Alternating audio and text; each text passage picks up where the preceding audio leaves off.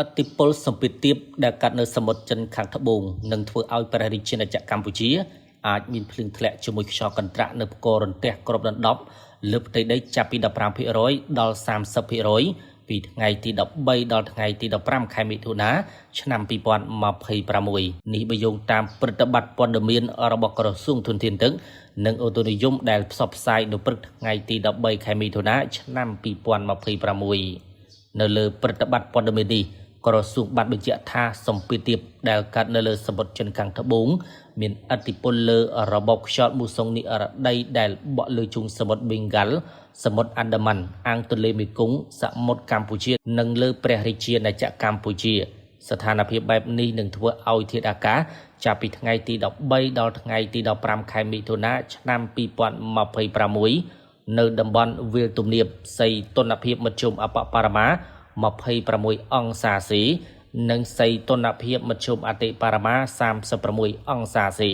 ខ្យល់បក់មកពីទិសនិរតីនិងទិសអាគ្នេយ៍មានល្បឿនមធ្យម 3 ម៉ែត្រក្នុង1វិនាទីខេត្តបន្ទាយមានជ័យបាត់ដំបងពោធិ៍សាត់សៀមរាបកំពង់ឆ្នាំងកំពង់ធំកំពង់ចាមត្បូងឃ្មុំស្វាយរៀងព្រៃវែងតាកែវ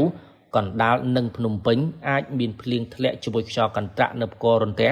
គ្របដណ្ដប់លើផ្ទៃដី 30% រីឯនៅតំបន់ខ្ពង់រាបសីតុណ្ហភាពមធ្យមអបបរមា 24 អង្សាសេនិងសីតុណ្ហភាពមធ្យមអតិបរមា 35 អង្សាសេខ្យល់បក់មកពីទិសនិរតីនិងទិសអាគ្នេយ៍មានល្បឿនមធ្យម 3 ម៉ែត្រក្នុង1វិនាទីខេត្តកំពង់ស្ពឺប៉ៃលិនឧត្តរមានជ័យព្រះវិហារក្រចេះស្ទឹងត្រែងរតនគិរីមណ្ឌលគិរីជួរភ្នំដងរែកនិងតំបន់ជួរភ្នំក្រវាញអាចមានភ្លៀងធ្លាក់ជាមួយខ្យល់កន្ត្រាក់នៅផ្គររន្ទះ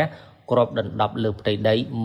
20% ចំណែកឯតំបន់មាត់សមុទ្រសីតុណ្ហភាពមធ្យមអបបរមា 25 អង្សាសេ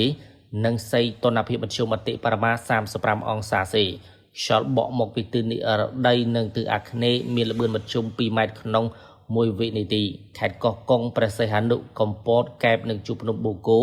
អាចមានភ្លៀងធ្លាក់ជាមួយខ្យល់កន្ត្រាក់និងផ្គររន្ទះគ្របដណ្ដប់លើផ្ទៃដី